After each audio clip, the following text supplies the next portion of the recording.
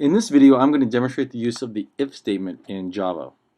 So I'm going to create a new class here in my project called if statements. I'll do it from scratch here. Go back in here and let's highlight everything and delete it. Start from scratch. Public class if statements.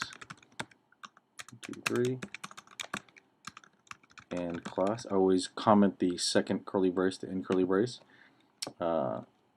Public static void main. Of course, we need this string args 2, 3 and method main. Okay. So in this program, I'm going to create an integer and I'm going to test to see if its value is greater than another value. So I'll say int cash on hand. I'll say I have $100. I'm going to say if cash on hand is greater than 50, 1, 2, 3, and if, again, I'm always commenting the second curly brace, and now you can kind of see the levels of indentation. One for the if, a pair for the if, a pair for the actual main method, and a pair for the class. And I'll say if this is not the print line.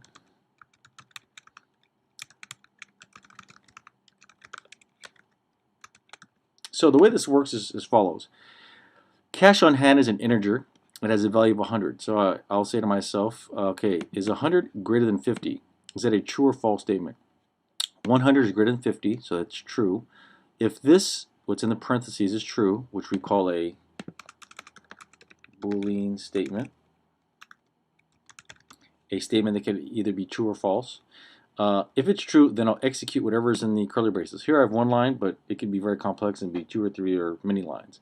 So right now this is true, so this should print. So I'm going to compile, close, and it prints. And if I go in here and I change this to 500, is 100 greater than 500? That would be a false statement, so this should not execute. Compile, and nothing happens, which is correct because this was false. This line inside the curly braces did not execute, and there's nothing else afterwards.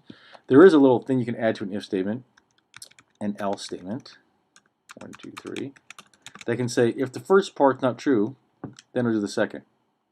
System.out.println,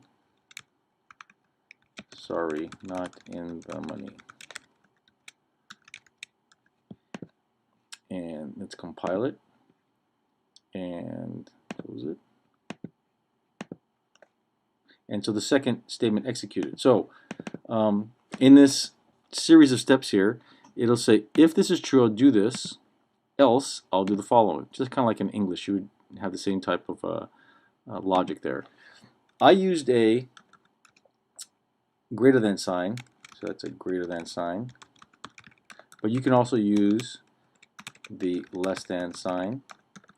You can use greater than or equal to, which is simply putting an equal sign. I can use a less than or equal to sign.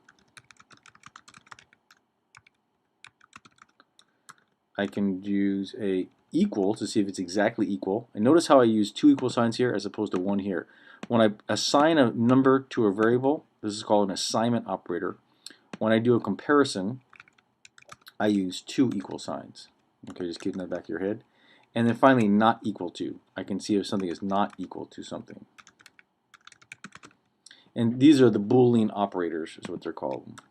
Boolean operators. So you can form different types of logic with that. So that's an example of the if statement along with the else component of it.